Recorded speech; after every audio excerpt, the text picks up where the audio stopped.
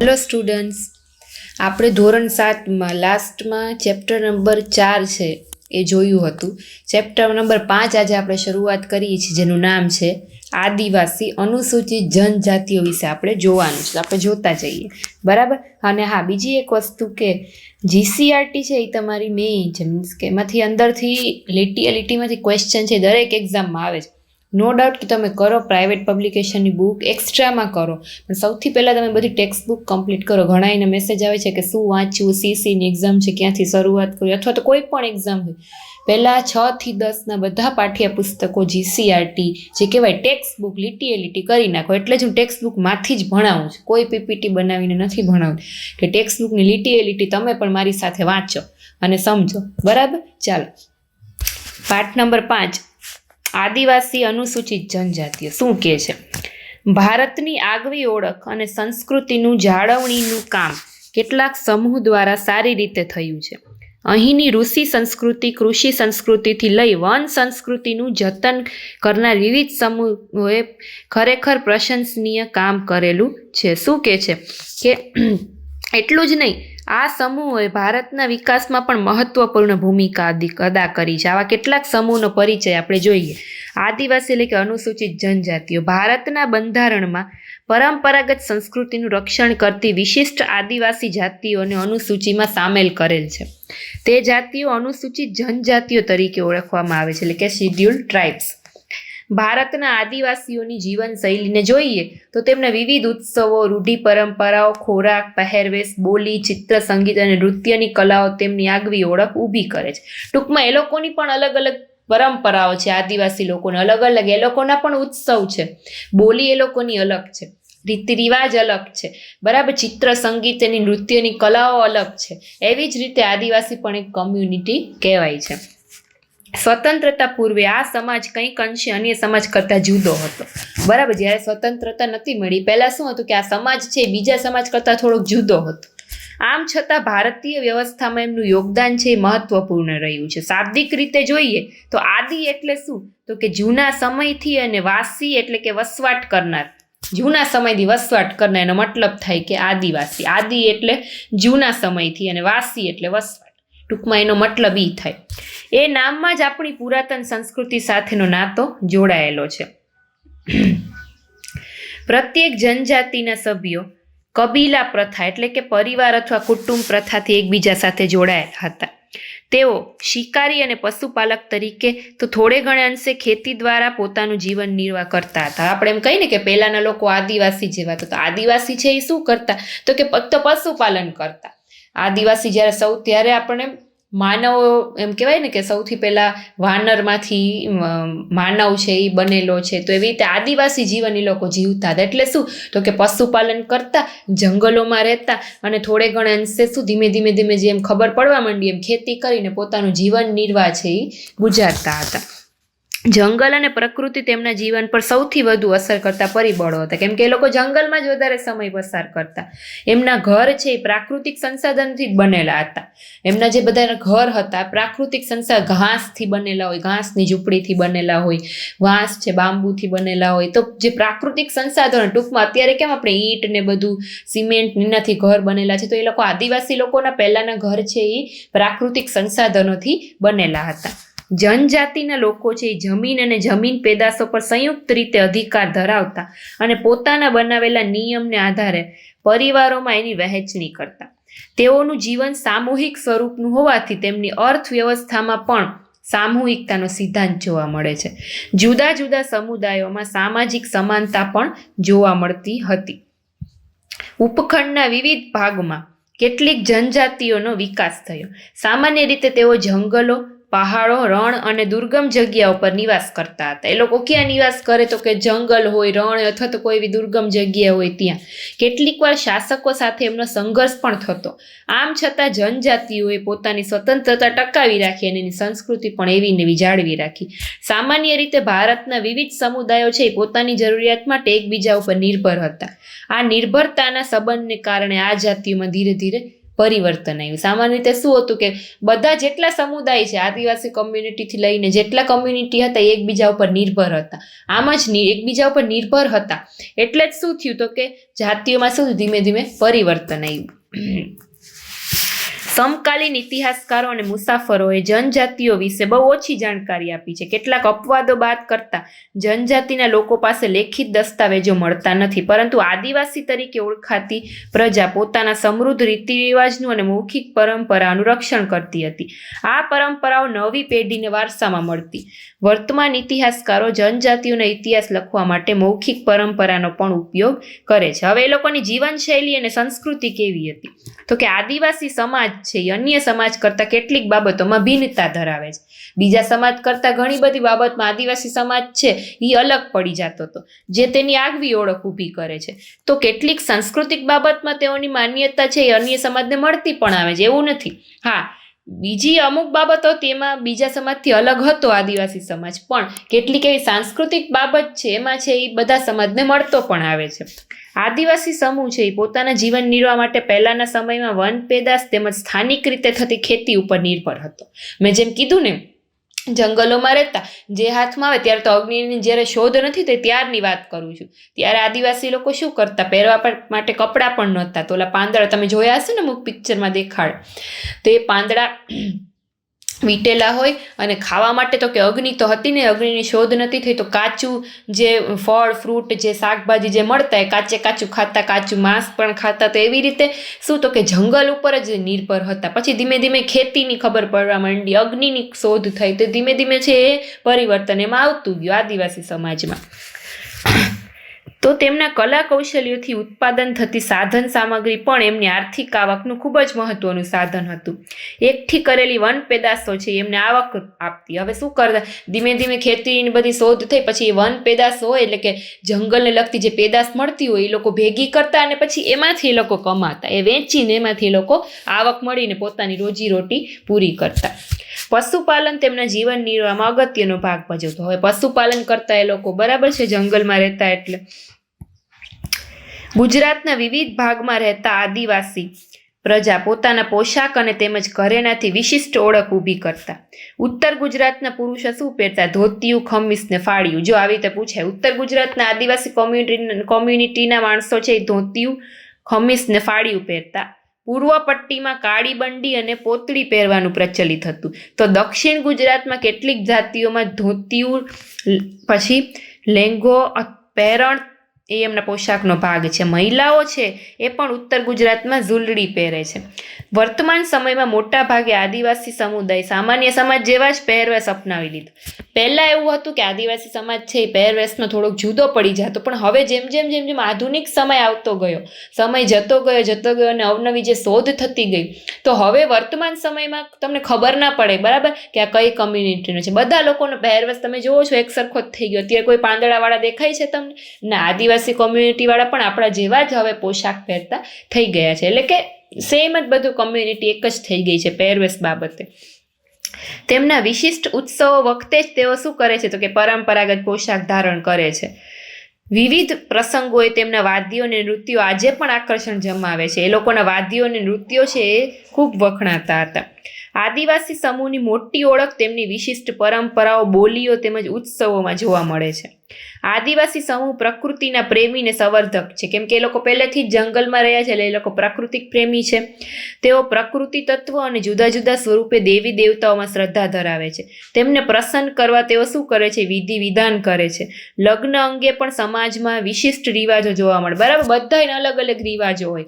લગ્ન માટે પણ બધી કોમ્યુનિટીના અલગ અલગ રિવાજો હોય. હવે આ લોકો દેવી દેવતાઓમાં શ્રદ્ધા રાખે છે. એવું કહેવાય છે કે વાઘને પણ આ લોકો પૂજે છે, એમ કે વાઘ દેવ એમ કરીને એ લોકો વાઘને પણ પૂજે છે કે જેથી એ આપણું રક્ષણ કરે, કેમ કે જંગલોમાં જ વસવાટ કરે છે એટલે એ આપણને કંઈ કરે નહીં એવું માની, એવી શ્રદ્ધા રાખીને વાઘને પણ એ લોકો પૂજતા. દરેક જનજાતિમાં એમના સમાજનું પંચ મહત્વપૂર્ણ હિસ્સો છે. તે પોતાની પરંપરા જાળવવાનું કાર્ય કરે છે. હાલના સમયમાં સરકારની વિવિધ યોજનાઓ, શિક્ષણનો વ્યાપ, તકનીકી વિકાસને કારણે અન્ય સમાજની જેમ આદિવાસી સમાજમાં પણ પરિવર્તન આવ્યું છે. હવે તો આદિવાસી સમાજના લોકો પણ શિક્ષિત થઈ ગયા છે, કેમ કે ધીમે ધીમે સમય જતો, સમયની સાથે હાલવું જ પડે. દરેક સમાજ દરેક કમ્યુનિટી, દરેક માણસ, હું તો કહું છું સમયની સાથે જ ચાલવું જોઈએ, બરાબર. હા, તમારી જે જૂની પરંપરાઓ છે, જૂના રીતિ રિવાજ છે, બરાબર, એ બરાબર છે કે આપણે એ નિભાવતા હોઈએ, બરાબર. જૂના માણસો છે આપણા જે કમ્યુનિટીના જે જૂના હોય એ લોકો રૂઢિચુસ્ત હોય કે પરંપરા અને રીતિ રિવાજોને માનતા હોય, એ બરાબર છે, અમુક અંશે બરાબર છે. પણ જેમ જમાના પ્રમાણે બદલાવું તો જોઈએ, જેમ પરિવર્તન આવતું જાય એમ આધુનિક સમય પ્રમાણે ચાલતા રહેવું જોઈએ, તો જ આપણે ટકી રહેવું બરાબર, એ શું કહેવાય, સહેલું થઈ શકે છે. બાકી જો આપણે સાવ પહેલાંના જમાના પ્રમાણે ચાલતા હોય આજના જમાનામાં, તો આપણું અસ્તિત્વ ટકી રહેવું મુશ્કેલ છે. કેમ કે અત્યારના જમાના, ધારો કે અત્યારે કેમ એમ કે છે કે ઇંગ્લિશનો જમાનો છે, તો ક્યાંક તમે ફોરેન બાજુ જાઓ અથવા તો કોઈ મોટા સિટીમાં જાઓ, મેટ્રો સિટીમાં જાઓ, તમારા છોકરાને અથવા કોઈ પણ એડમિશન લેવા જાઓ સ્કૂલમાં, તો કેમ ફટાફટ ઇંગ્લિશ બોલતા હોય, આપણને એમ થાય કે ઓહો ઇંગ્લિશ તો એનો મતલબ એમ છે કે જમાના સાથે, હા, તમારી ભાષા જે કોઈ પણ હોય, ગુજરાતી હોય કે કોઈ પણ ભાષાના તમે બરાબર છે તો બોલવી જ જોઈએ, પણ અપડેટ થવું પણ જરૂરી જ છે. એટલે એમ જ કહે છે કે આદિવાસી કમ્યુનિટીના લોકો પણ અપડેટ થઈ ગયા છે હવે, બરાબર. એ લોકો પણ એવી જ રીતેનું શિક્ષણ મેળવે છે જેમ અન્ય સમાજના લોકો મેળવે છે. ત્યાર પછી હવે જો આટલું જાણો જે હોય છે ને એ પણ વાંચી લેવું, એમાંથી પણ ક્વેશ્ચન નીકળે છે. મેળાઓમાં ધબકતું જનજીવન. ભારતીય સમાજમાં મેળાઓ છે એ અનોખી ઓળખ ધરાવે છે.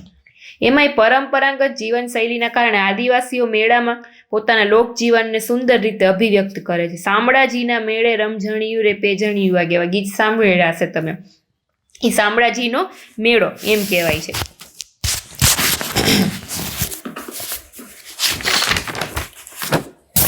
જે ક્યાં ભરાય છે શામળાજીનો મેળો, જો આ લખ્યું છે ગુજરાતમાં શામળાજીનો મેળો, તો કે શામળાજી અરવલ્લીમાં. જો આ મેળો, જો આમાં પેરેગ્રાફમાં આપ્યું છે એટલે તમને ખ્યાલ ના આવે, પણ પોઈન્ટ બનાવીને લખે તો તમને ખબર પડે કે આમાંથી ક્વેશ્ચન પૂછાઈ જાય. જો શામળાજીનો મેળો ક્યાં ભરાય છે?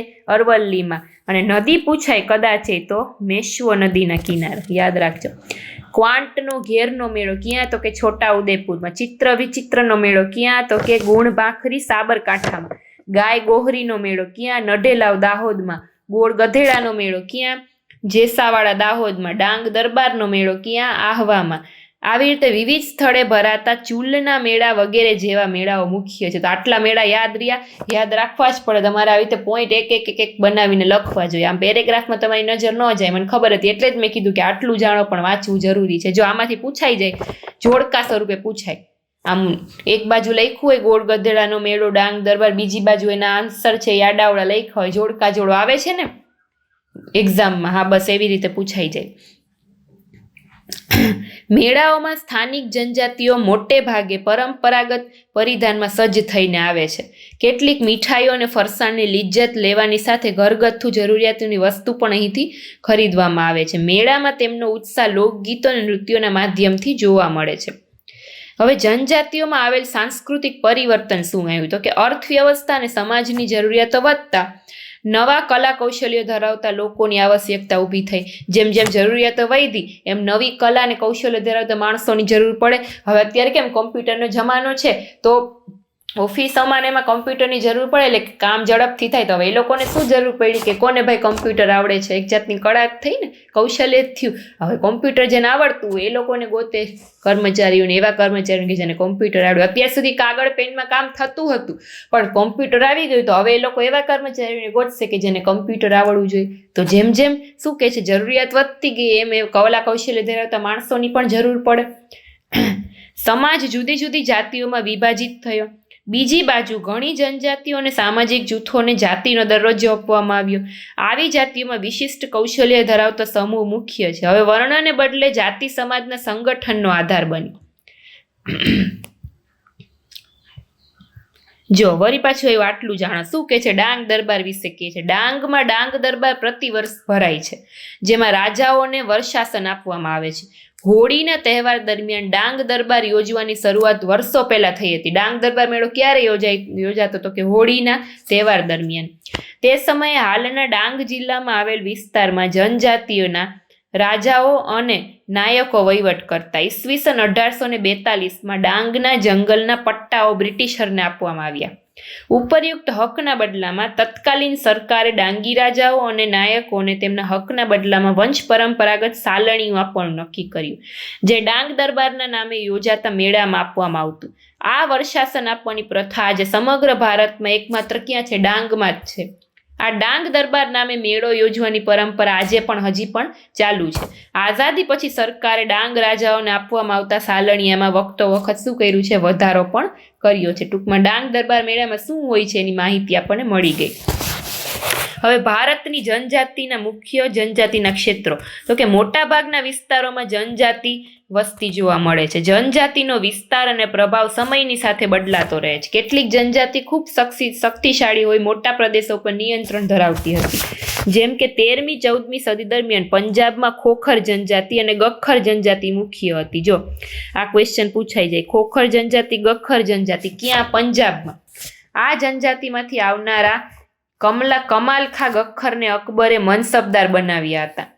મુઘલો પહેલા મુલતાન અને સિંઘમાં લાંગા અને અરગુન જનજાતિઓનું આધિપત્ય હતું. હવે આવો પ્રશ્ન આવી જાય કે મુઘલો પહેલા મુલતાન અને સિંઘમાં લંગા વાળો, તો તમને એમ થાય કે ક્યાંથી પ્રશ્ન આવ્યો, પણ જો આ લીટીમાંથી આવ્યો છે. ભારતના ઉત્તર પશ્ચિમ ભાગમાં બલોચ જનજાતિ છે એ સૌથી શક્તિશાળી હતી. એમ પૂછાય કે ભારતના ઉત્તર પશ્ચિમ ભાગમાં કઈ જનજાતિ સૌથી શક્તિશાળી હતી? કઈ? તો કે બલોચ. તે વિવિધ નેતા ધરાવતા નાના નાના કુળોમાં વિભાજિત હતી. પશ્ચિમ હિમાલયમાં વસતી ગદ્દી ગડરીઓ નામની જનજાતિ મુખ્ય હતી. જો કઈ? પશ્ચિમ હિમાલયમાં ગદ્દી ગડરીઓ.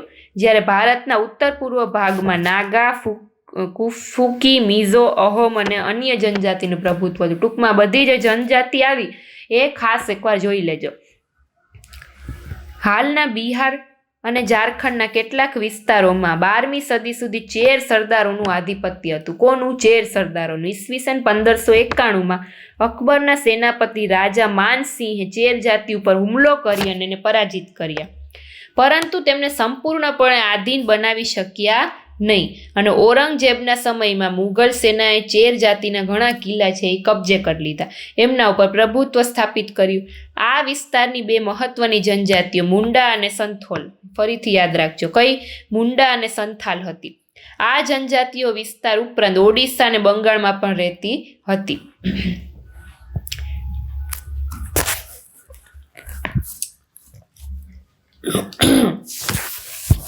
ત્યાર પછી કર્ણાટક અને મહારાષ્ટ્રના પહાડી વિસ્તારોમાં કોળી, બેરાદ અને બીજી કેટલીક જનજાતિઓ રહેતી હતી. દક્ષિણ ભારતમાં કોરાગ, વેતર, મારવાડ અને બીજી જનજાતિઓના લોકો પણ વસતા હતા. ભીલ આ જનજાતિઓમાં ગણનાપાત્ર હતા, જે પશ્ચિમ અને મધ્ય ભારતમાં ફેલાયેલા હતા. ગુજરાત અને મધ્યપ્રદેશ રાજ્યમાં ભીલ સરદારોના રજવાડા હતા. કબીલાઓ 16મી સદીના અંત સુધીમાં તેમના ઘણા ખેડૂત અને જમીનદાર તરીકે સ્થાયી થયા હતા. જોકે કેટલાક ભીલ કુળ શિકાર અને અન્ન સંગ્રહ જેવી પ્રવૃત્તિઓ સાથે જોડાયેલા હતા. બરાબર, ચાલો હવે આપણે વાત કરીએ તો કે ગોંડ અને અહોમ. જો આ સંથાલ જે જાતિ આવી ને, ક્યાં ગઈ? અહીંયા આ સંથાલ જાતિ, તો આપણા જે અત્યારના રાષ્ટ્રપતિ જે છે કોણ? તો કે દ્રૌપદી મુર્મુ. એ પણ સંથાલ જાતિમાંથી બિલોંગ કરે છે. બરાબર, ચાલો એટલે એ યાદ રાખો એટલે તમને યાદ આવી જશે. હવે ગોંડ અને અહોમની વાત કરીએ તો કે ગોંડ ભારતના ગોંડવાના નામના વિશાળ વન પ્રદેશમાં રહેનારી પ્રજા ગોંડ તરીકે ઓળખાય છે, જે ભારતની જૂની જનજાતિઓમાંની એક છે. કઈ? ગોંડ. તેઓ સ્થળાંતરિત ખેતી કરતા. નાના નાના કુળોમાં વહેંચાયેલી વિશાળ ગોંડ જાતિમાં પ્રત્યેક કુળનો એક રાજા હતો. અકબરનામામાં નોંધાયું છે કે ગઢકટંગાના ગોંડ રાજ્યમાં 70,000 જેટલા ગામડાઓનો સમાવેશ થતો હતો. ગઢકટંગાના ગોંડ રાજ્યમાં 70,000 જેટલા ગામડાઓનો સમાવેશ થતો હતો. હાલના છત્તીસગઢ, મધ્યપ્રદેશ, મહારાષ્ટ્ર અને આંધ્રપ્રદેશમાં ગોંડ લોકોની વસ્તી વધુ છે. એમ પૂછાય કે ગોંડ લોકોની વસ્તી હાલમાં ક્યાં વધુ છે? તો કે છત્તીસગઢ, મધ્યપ્રદેશ, મહારાષ્ટ્ર અને આંધ્રપ્રદેશ. તેમની રાજ્ય વ્યવસ્થા કેન્દ્રીકૃત હતી. રાજ્ય ગઢમાં વહેંચાયેલા હતા. દરેક ગઢ ઉપર એક ખાસ ગોંડ કુળનું આધિપત્ય હતું. દરેક ગઢ છે 84 ગામોના એક એકમમાં વહેંચાયેલો હતો, જેને 84 તરીકે ઓળખતા. દરેક 84 12 ગામના એક પેટા એકમમાં વહેંચાતા. સમજાણું? 84 ગામ છે એક એકમમાં વેચાતો અને આ જે દરેક 84 છે એ 12 ગામના એક પેટામાં વેચાતો. આવી રીતની છે એ ગઢકટંગા રાજ્યની વ્યવસ્થા હતી. મોટા રાજ્યોના ઉદય સાથે ગોંડ સમાજમાં પણ પરિવર્તન આવ્યું. મૂળભૂત રાજપૂત તરીકે માન્યતા મેળવવા ગઢકટંગાના ગોંડ રાજા અમનદાસે સંગ્રામ શાહની પદવી ધારણ કરી. ગઢકટંગાના ગોંડ રાજે અમનદાસે સંગ્રામ શાહની પદવી ધારણ કરી. એક્ઝામમાં પૂછાય સંગ્રામ શાહની પદવી કોને ધારણ કરી? તો ગોંડ રાજા અમનદાસે. તેના પુત્ર દલપતે મહોબાના ચંદેલ રાજપૂત રાજાની પુત્રી રાજકુમારી દુર્ગાવતી સાથે લગ્ન કર્યા. એ પણ ખાસ યાદ રાખજો. હવે યુવાન વયે શું થયું? તો કે દલપતનું મૃત્યુ થયું અને દુર્ગાવતીએ 5 વર્ષના પુત્ર વીર નારાયણના નામથી શાસન સંભાળ્યું. એના પતિનું તો મૃત્યુ થયું તો પછી શાસન તો કે એનો પુત્ર હતો વીર નારાયણ, એના નામ ઉપરથી 5 વર્ષ સુધી દુર્ગાવતીએ શાસન કર્યું. ઈસવીસન 1565માં આસિફ ખાનના નેતૃત્વ હેઠળની મુઘલ સેનાએ શું કર્યું? દુર્ગાવતીને હરાવી અને રાણી અને એનો પુત્ર છે યુદ્ધમાં લડતા લડતા વીરગતિ પામી ગયા. ગઢકટંગા રાજ્ય હાથીઓના વેપાર દ્વારા પુષ્કળ ધન કમાતું હતું. એની સંપત્તિમાં હાથીઓ છે એ મુખ્ય હતા. ગઢકટંગા પર વિજય મેળવી મુઘલોએ પુષ્કળ ધન અને હાથી મેળવ્યા. એમણે રાજ્યનો મોટો ભાગ છે એ પોતાના નિયંત્રણમાં રાખ્યો, જ્યારે બાકીનો ભાગ છે એ વીર નારાયણના કાકા ચંદરશાહને આપ્યો.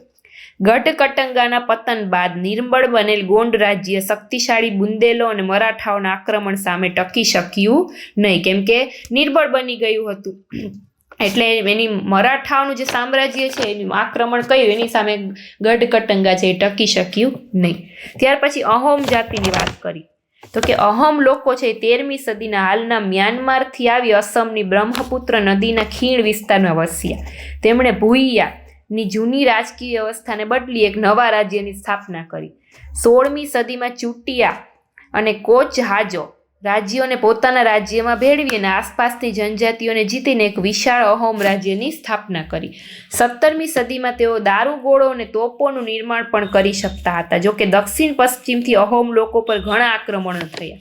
ઈસવીસન 1662માં મીર જુમલાના નેતૃત્વ હેઠળની મુઘલ સેના સામે બહાદુરીથી લડવા છતાં તેઓ હાર્યા, પરંતુ એ વિસ્તાર પર મુઘલોનું પ્રત્યક્ષ પ્રભુત્વ લાંબા સમય સુધી ટકી શક્યું નહીં. અહોમ રાજ્ય છે બળજબરીપૂર્વક શ્રમ પર આધારિત હતું. જે લોકો પાસે રાજ્ય માટે બળજબરીથી કામ કરવાતું તે પાઈક કહેવાતા. યાદ રાખજો, જે લોકો પાસે બળજબરીપૂર્વક કામ કરાવતા એને પાઈક કહેવાતા. દરેક ગામમાંથી નિશ્ચિત કરવામાં આવેલ સંખ્યામાં પાઈક મોકલવાના રહેતા. વસ્તી ગણતરીના આધારે વધુ વસ્તી ધરાવતા વિસ્તારમાં ઓછી વસ્તીવાળા વિસ્તારોના લોકોને ખસેડવાથી અહોમ કુળના વિભાજન થઈ ગયા. જ્યાં વધારે ઓછી વસ્તી હોય ત્યાં ખસેડી દેવામાં આવે. કેમાંથી? કે જ્યાં વધારે વસ્તી એમાંથી માણસોને ઓછી વસ્તીમાં ખસેડી દે. એમ વિભાજન થતું ગયું. 17મી સદીના પ્રથમ દશકમાં વહીવટી વ્યવસ્થા કેન્દ્રીકૃત બની ગઈ. હવે આ જનજાતિના પુરુષો છે એ યુદ્ધના સમયે સેનામાં જોડાતા અને અન્ય સમયમાં શું કરતા? ખેતીને સિંચાઈ કામ કરતા. અહોમ લોકોએ ચોખાની ખેતીની નવીન પદ્ધતિ અમલમાં મૂકી. એ લોકો ચોખાની ખેતી વધારે કરતા. અહોમ સમાજ છે એ કેમાં વહેંચાયેલો હતો? કુળમાં. એમના કુળને શું કહેવાતું? તો કે ખેલ કહેવાતું. ઘણા ગામો પર ખેલનું નિયંત્રણ રહેતું. ખેડૂતને ગામના સમાજ દ્વારા આપવામાં આવેલ જમીન ગામ સમાજની સંમતિ વગર રાજા પણ પાછી લઈ શકતો ન હતો. સમજાણું? શરૂઆતમાં અહોમ લોકો છે એ જનજાતીય દેવતાઓની ઉપાસના કરતા. રાજા દ્વારા મંદિરો અને બ્રાહ્મણોને જમીનનું દાન આપવામાં આવતું. શિબ સિંહના સમયમાં હિન્દુ ધર્મ ત્યાંનો મુખ્ય ધર્મ બની ગયો હતો.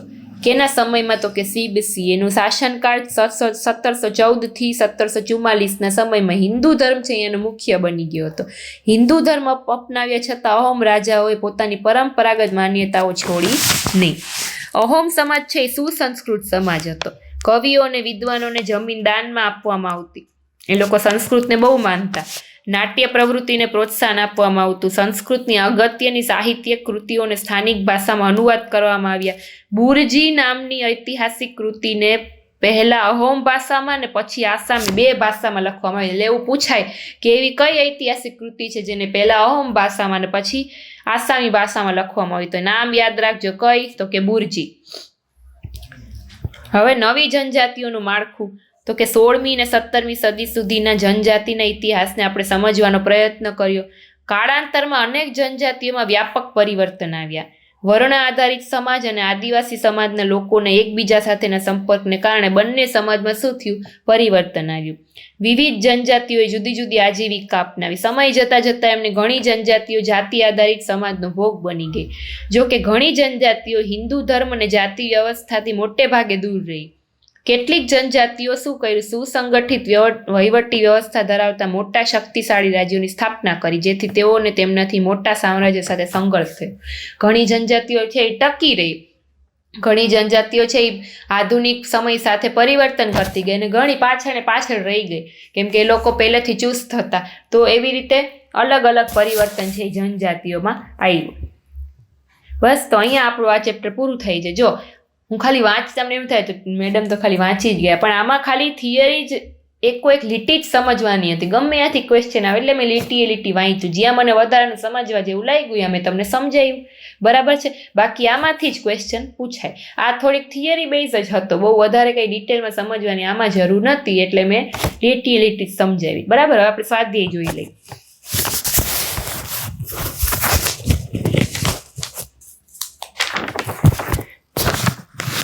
જો જોડકા જોડવાના છે સ્વાધ્યાયમાં. ગઢ કટંગા સામે શું આવશે? તો કે 70,000 ગામડા. જો આ જોડકા ક્યારે યાદ આવે? જ્યારે એક લીટી કહી રહ્યો, જો ગમે ત્યાંથી કાઢી છે. જો વર્ષાસન કેમ આવશે? કયું? હાલો જોઈ. વર્ષાસન ડાંગ દરબારની સામે. શ્રમિક કેની સામે આવશે? અમનદાસ કેની સામે? જો આ ક્યારે ખબર પડે? જ્યારે આપણે લીટી છે વાંચી હોય. શ્રમિક શેની સામે આવશે? તો શ્રમિકમાં આવશે પાઈક. પછી અમનદાસ તો કે સંગ્રામ શાહની પદવી મળી હતી. ખોખર જનજાતિ કેમાં હતી? તો કે પંજાબમાં. અને બલોચ ડાંગ દરબારમાં છે.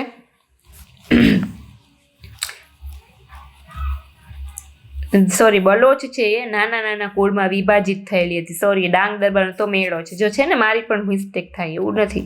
ચાલો, ખાલી જગ્યા પૂરી. હવે મુલતાન અને સિંઘમાં, જો મેં કીધું તું આ લીટીમાંથી ક્વેશ્ચન પૂછાય. મુલતાન અને સિંઘમાં ખાલી જગ્યા જાતિઓનું આધિપત્ય હતું. કઈ? તો કે એક તો લંગા અને બીજું આરગુન. અહોમ ભાષામાં રચવામાં આવેલી ખાલી જગ્યા ઐતિહાસિક કૃતિ હતી. હમણાં જ મેં કીધું, અસમમાં પણ પછી લખાણીને પહેલા અહોમ ભાષામાં. કઈ? તો કે બુરજી. જનજાતિના સભ્યો ખાલી જગ્યા પ્રથાથી એકબીજા સાથે જોડાયેલા હતા. કઈ પ્રથા? કબીલા પ્રથા. હવે વિધાન સાચા છે કે ખોટા? અકબરના સેનાપતિ માનસિંહે ચેર જાતિ ઉપર હુમલો કરીને વિજય મેળવ્યો હતો. ખરું છે કે ખોટું? તો કે ખરું. ગુજરાતમાં મીઝો, અહોમ, ખોખર જેવી જનજાતિઓ વસે છે. તો કે ખોટું. ગુજરાતમાં નહીં. ગોંડ લોકો છે એ તોપનું નિર્માણ કરતા હતા. ખોટું. દક્ષિણ ભારતમાં વેતર, કોરાગા અને મારવાડ જાતિના લોકો વસતા હતા. ખરું. બરાબર. હવે ત્યાર પછી નીચેના પ્રશ્નોના જવાબ આપો. 4 પ્રશ્નોના જવાબ છે, આપણે જોઈએ. જો સૌથી પહેલો, આદિવાસી સમુદાયનું જીવન કઈ બાબતો પર નિર્ભર હતું? તો કે આદિવાસી સમુદાયનું જીવન નીચેની બાબતો પર નિર્ભર હતું. સૌથી પહેલી બાબત, આદિવાસી સમૂહ છે એ પોતાના જીવન નિર્વાહ માટે પહેલાના સમયમાં વન પેદાશો તેમજ સ્થાનિક રીતે થતી ખેતી ઉપર નિર્ભર હતો. ત્યાર પછી તેમના કલા કૌશલ્યોથી ઉત્પાદન થતી સાધન સામગ્રી પણ એમની આર્થિક આવકનું મહત્વનું સાધન હતું.